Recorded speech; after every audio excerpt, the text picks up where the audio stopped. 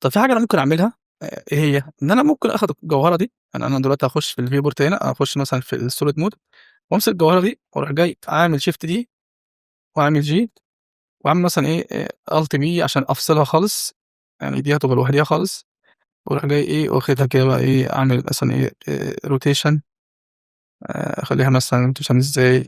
كده هي لو ضبطت الrotation بتاعها هيتعدل يعني في الأول هات الlocation ده أو rotation خلّيه مثلًا 0 خلّي ده 0 لو جيت عملت هنا scale كده ورُحت جاي واخدها مثلًا اتجاه الX ونزّلتها تحت نظام الX تاني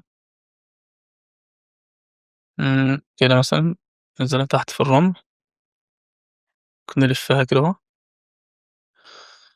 طبعًا هي مش ظاهرة في السين لإن إحنا المفروض نرجع شوية هتلاقيها هنا مش ظاهرة في السين بس إحنا هنحاول نظهرها، ناخد مثلًا دي GY نجيبها كده شوية نبان أهي يعني مدفونة في الرمل ونيجي نكبّر شوية، لإن أنا محتاج أشوف الجلير هنا لمّا ييجي يشتغل الجلير هنا هيشتغل هنا برضه هيبقى هيدّي شكل جمالي للسين طبعًا أنا هاجيبها في الحتة اللي فيها شمس خلاص، أعمل بقى إيه وأنا ماشي كده باصص كده ممكن أعمل مثلًا إيه اتجاه الزيت كده وأعمل أدي shift D وأجيبها مثلًا على الناحية دي، ألفّها شوية كده أهو، وأجيبها هنا shift D ألفّها مثلًا شوية كده أهو، وآجي أعمل نازل تحت شوية GZ نازل تحت شوية عشان تبقى مدفونة في الرمل شوية، أعمل shift D هنا برضه وأعمل G طبعًا أنا ممكن أعمل particles وأخلّيها بشكل عشوائي، لكن أنا مش عايز أملى السين أوي بيها.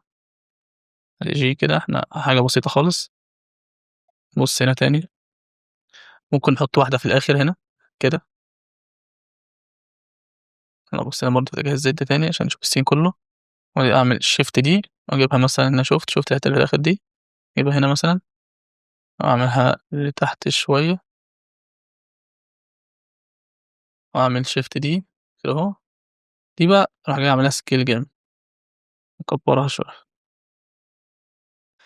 آخُدها G لفوق كده، إمم، ماشي، نعمل RX نلفّها كده أهو، ونعمل كده شوية. طب وزّع بقى السين حسب ما أنت عايز، وسّعها زي ما أنت عايز، ممكن مثلًا ناخد دي هنا كمان، نعمل shift D بعد كده نعمل shift D ونجيبها جنب العمود ده كده،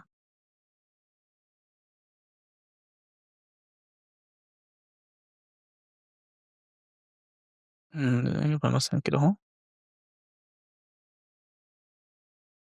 ماشي خلاص. طبعًا حتّة باينة إن هي فيها ألماس كتير وده اللي أنا عايزه، طبعًا أنت ممكن تروح جاي ماسك دول كمان بقى، حاجة shift D ونصغّر على الآخر، نطلّعهم فوق، نخلّيهم بس ظاهرين كده إيه، عشان يدّوا لمعة كده في الإيه، في المشهد. ماشي، أنا شايف كده كويس. تمام، طبعًا ده كلّه متشال من عليه الجلوسي الsummation كده تمام، ماشي. أنا أعتقد أنا كده وصلت لنتيجة كويسة، ولكن الحاجة الوحيدة اللي مش عاجباني هي الmaterial، فأنا ممكن أخُش عشان ما أبوظش الشغل، يعني أخُش أشوف على poly heaven material وأشوفه عامل إزاي ونشوف نحطه على الmaterial هنا. إحنا بس هنفتح poly heaven تعالَ كده نشوف poly heaven هنا فيه إيه، بيقول إيه. material تعالَ كده نخش على الmaterial texture ماشي. إيه الtexture اللي أنا محتاجه؟ أنا محتاج الرمل ماشي، فأنا ممكن أكتب هنا sand material رمل آآ ممكن ناخد material رمل الأرضية ونعمل نشوف العواميد دي ناخد texture فيها نعمله، ممكن آخد بُص كده شوفوا دي كده، ممكن آخد دي الأرضية، أعمل download ليها أحطها في level 10 أخليها texture text أكنه كلام ولكن هو مش كلام، تمام، ونيجي هنا تاني نرجع نبُص نشوف حاجة للعمود، العمود ممكن نكتب هنا wall مثلًا حائط، شوف هيدّينا إيه. ممكن نشوف دي كويسة، نعمل download برضه، طبعًا أنا ما باعملش جودة عالية، أنا باعمل كده حاجات بسيطة. تمام كده، تمام، تمام، تمام. طيب أنا بقى هاعمل إيه، أروح جاي داخل على الmaterial بتاع العمود ده، داخل على shader، أخش هنا على shader editor، آجي أشيل ده خالص مش محتاجه، وآجي أعمل هنا control T، أعمل control T يفتح لي الmaterial ده، هتلاقي كل حاجة missing هنا محتاجة تتضبط، فأنت هتعمل open، تخش هنا على مكان ما نزّلت، نزلت هنا. طيب هو ليه عمل كلّه في بعض كده؟ ماشي هنبدأ من أول هنا، إحنا عايزين إيه اللي هو العمود، العمدان، فهي دي، ناخد دي وناخد دي وناخد دي، ال4 دول، تمام، هُم ال4 دول أدي وأرتبط بدي، الكلام أدي wall أدي wall ودي wall خلاص، فأنت تروح جاي عامل open image، هتلاقيها معاك بالشكل دوًّا، طبعًا فيها مشكلة، أنت المفروض تمسك دي وتعمل select all، تعمل smart UV، فين smart UV؟ UV project، أول ما تعمل كده هتيجي تبُص عليها هتلاقيها تمام، ما فيش أي مشكلة فيها، ولكن هي الscale بتاعها المفروض يتضبط، فأنت بتخش تاني وتعمل هنا على الUV، الأول هنا خلّي دي خلّيها extend مش repeat، تمام، خش هنا على الUV، وتيجي هنا مثلًا ممكن تروح جاي عامل select all، تيجي لو عملت select all كده أهو، هتلاقيه بيعمل معاك، كده تمام، أعتقد يعني كويس كده، خلاص خلّيك على كده، تمام، تعالَ برضه هنا امسك العمود الرئيسي اللي هو ده، تعمل select all وتعمل هنا U، وآدي smart UV project ماشي، تيجي تعمل هتلاقيه الmaterial ضبط معاك على طول، ما فيش أي مشاكل فيه. طيب إيه بقى اللي أنا عايز أعمله تاني؟ اللي أنا عايز أعمله تاني اللي أنا ممكن أمسك ده أحط له material برضه نفس الmaterial اللي إحنا حطيناه، اللي إحنا دلوقتي منزّلينه، هنعمل هنا control T، ثواني كده ممكن، طب سيبك من control T، لو أنا ضغطت هنا control shift T هيفتح لك أحسن الmaterial، ونيجي هنا نخش هنا على new folder 2 ونروح فين new folder 2 capture، إحنا عايزين الجزء اللي تحت ده، نيجي نبُص، طبعًا حجمه ضخم، فإحنا هنحتاج نعمل scale عليه، إحنا عايزين نعمل scale على الحتّة دي، فإحنا هنعمل إيه، طبعًا لمّا أنا عملت control T هو دخل ضبّط الحتّة دي كلّها، هنعمل كده برضه في الناحية التانية برضه، على كده آدي UV، نعمل كده، هتكبّر على الآخر، لإن ده محتاج يظهر في الكادر هنا، بُص كده، محتاج يعني يظهر في الكادر كويس، تمام، إحنا هنقفل هنا عشان إحنا نشوف كويس، إحنا ممكن نقفل دي هنا عشان نشوف ده كويس نعتمد على دي، طبعًا دي الUV ممكن نروح جاي مكبّرين كده، والّا مصغّرين على الآخر، مصغّرين، لأ كبّر، كبّر، كده بدأ الشكل يظهر معاك أهو، تمام، كده واضح اللي هو كويس، امسك تاني أنت مش نازل لتحت شوية ليه كده، تمام،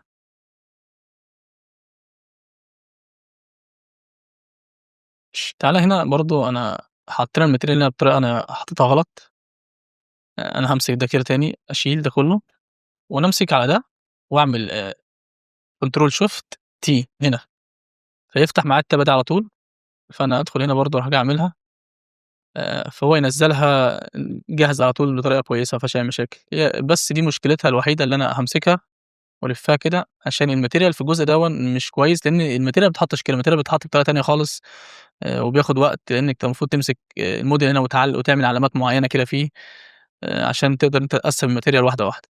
طبعًا يعني أنا مش هاتعب نفسي فيها لإن هي دي أصلًا ليها موال تاني، خلاص؟ لو جينا نشغّل كده، والله حتى البيئة شكلها مش حلو برضه.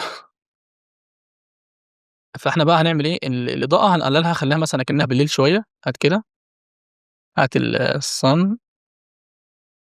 خلّي دي بالليل شوية. طبعًا أنا اللي مخلّيني أعمل كده إن أنا مش مجهّز حاجة، أنا باشتغل معاكم على طول وباحاول أكِن أنا اللي شغال في المشروع، عجبتني تمام، مش عجبتني باغيّر فيها معاكم ونشوف إيه أنسب حاجة وأحسن حاجة. الsun elevation هي دي، ممكن نخلّيها تحت نخلّيها مثلًا إيه، بالليل. تمام، إحنا خلّيناها بالليل كده، فإحنا ممكن نعمل إيه، أقلل الإير دي أخلّيها تحت كده، أخلّيها بالشكل ده. فكده مناسبة، فأنا أقدر أعمل هنا إضاءة براحتي، لو عملت هنا area light طلّعته لفوق هيفرق معايا في الإضاءة جامد. تعالَ انزل تحت شوية. عملت إيه؟ أنا عملت حاجة تانية غير area light صح؟ آدي light area light. انزل تحت شوية. هو في إيه؟ هو بينزل كده ليه؟ في حاجة غلط؟ هو ليه مش area light؟ الله! أومال point light أعمل إيه؟ طيب خلّي الpoint light. أعمل إيه في الpoint light ده؟ ممكن أجيبها ورا المنتج، ورا الخاتم، أنزلها تحت كده أهو، أخلّيها يا دوبك تحت شوية كده أهو، ماشي. طبعًا الpower بتاعها عالي أوي. طبعًا الpower بتاعها عالي بالنسبة حجم المنتج، حجم المنتج يعني ضعيف يعني. طيب أنا شايف الحتّة دي ما فيهاش نور خالص، فأنا ممكن أروح جاي عامل spotlight. آدي spotlight كده منزّله، آدي spotlight واخده كده هنا مثلًا، أروح جاي لافّه حوالين، ألفّه على العمود من تحت كده أهو، ماشي، وأروح جاي مثلًا مقلّل الإضاءة بتاعته شوية واخلّي الradius عالي عشان يبقى ناعم شوية. شُفت كل حاجة بنعملها بتخلّي الشكل أحسن بكتير. آآ إمم، إمم، إمم. طبعًا أنا ممكن أقلّل كمان الstrength شوية، لو جيت قللت الstrength خليته 0.50. البيئة اللي ورا يعني بتبقى معدومة شوية، ولكن أنا ممكن ألعب عليها في الإضاءة بتاعتي، إن أنا أزوّد إضاءة في هنا قريب من المنتج بتاعي، أحاول أظهر كام قطعة من إن أنا عايز أظهرها في الmodel نفسه. ممكن آجي مثلًا أبيّن حتّة يعني بُص، ممكن أبيّن الحتّة دي شوية. أنا آجي مثلًا أعمل هنا أدي shift D وآخُدها قدّام شوية كده. طبعًا هنحاول نصغّر فين بقى حجم الsize. تعالَ نبدأ نلعب في الsize بتاع الspot size ده، نخلّيه صغير خالص، نخلّيه نازل لتحت على الحتّة دي، ثواني كده، هو أصلًا كده بعِد عن الحتّة اللي إحنا عايزينها. آخُد هنا مثلًا، أنا عايز الحتّة دي تبقى هي اللي عاملة كده، ممكن أروح جاي لافف وعامل rotation يعني اتجاه الزد كده. تمام، عملت rotation والradius أنا أخلّيه عالي شوية عشان يبقى ناعم، الpower أخلّيه مثلًا 1. طبعًا أقدر ألعب في اللون، أخلّي اللون دافي شوية، أخلّي اللون أحمر، أخضر، أزرق، يعني ده كويس. خُش بالكاميرا هتلاقي البتاع بينفجر. تعالَ ناخد هنا render في الحتة دي كده، نشوف شكله إزاي.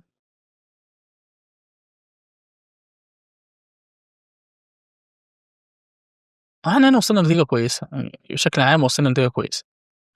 تمام، بس لسه برضه الحتة اللي ورا دي هنا إضاءتها يعني مش قد كده، فممكن برضه أشوف الworld برضه، أشوف هنا الstrength أخلّيه 0.150.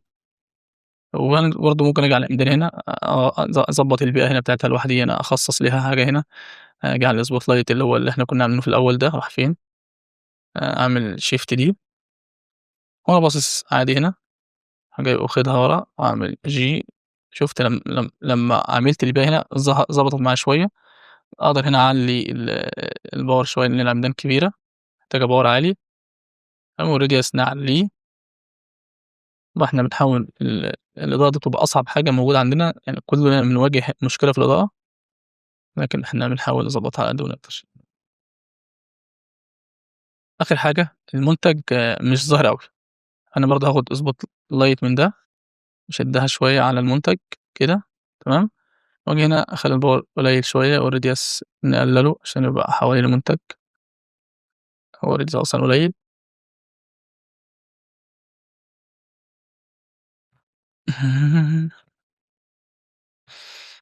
ممكن آخد الspotlight ده أستفاد بيه، أضبّط دي كده شوية. إمم. وألفّه حوالين أعمل مثلًا إيه RR وأجيبه كده على المنتج شوية.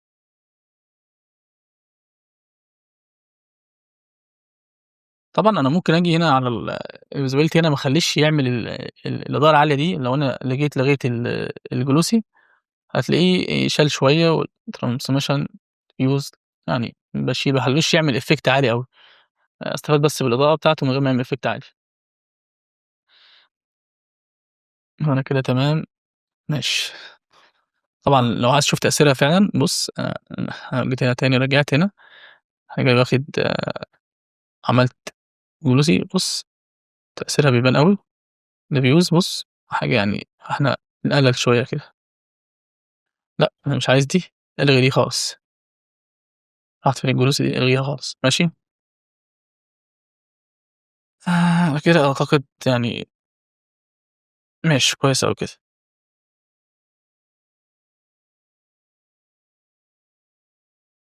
مش هنا ده أول مشهد خلاص، هو طبعًا أول مشهد بياخد وقت لإن إحنا بنضبّط فيه الإضاءة وبنضبّط فيه شغلنا، بنحاول نضبّط الأمور دي. في حاجة الأول قبل ما أطلع أنا عايز أضبّطها عشان يبقى كلّها معتمدة في كل حاجة وبرضه نشوف يمكن تودّي المشهد ده في حتّة تانية خالص. خلّينا فيلم بدأت تفتح الألوان شوية. الكيرف بتاعنا ممكن نيجي نمسك الكيرف ده نجيبه كده شوية، طبعًا إمم، حتى كده، ماشي. حاجة أخيرة هنخش على الcombustion تاني، ناخد render 12.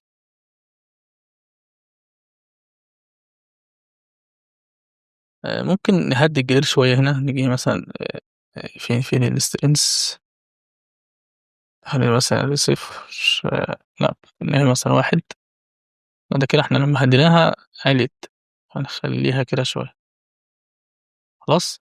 عايز أحط هنا lens هنعمل shift A ننسى مثلًا distortion عشان نضبّط الحتّة دي، ناخد هنا -0 0 -2 نخلّي هنا مثلًا إيه، أدي 0.2 برضه ماشي، فالlens distortion هنا هتلاقيه واضح على الجناب هنا ظاهر. ممكن نعمل دي -دي مثلًا نخلّيها هنا 20 تمام، بدأت تقول أهي. خلاص ماشي كده تمام مش مشكلة، تعالَ بقى نشوف الcolor balance هنعمل فيه إيه. نجيب دي هنا شوية.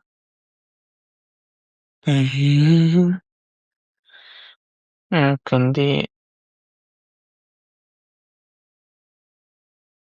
طبعًا إحنا بنعمل دلوقتي تصحيح ألوان، نخلّي الألوان عندنا تبقى يعني شاملة كلّه، نبدأ بقى نضبّط الsaturation بتاعتها، ده طبعًا بيودّي المشهد بقى في حتّة تانية خالص، بعد ما تخلّص تبدأ تلعب في الحاجات دي، بتضبّط لك الدنيا خالص، أنا شايف كده كويس. الحاجات دي والناس اللي فاهمة Photoshop بتبقى هتضبّط الحتّة دي هتبقى فاهمة في الحتّة دي أكتر يعني،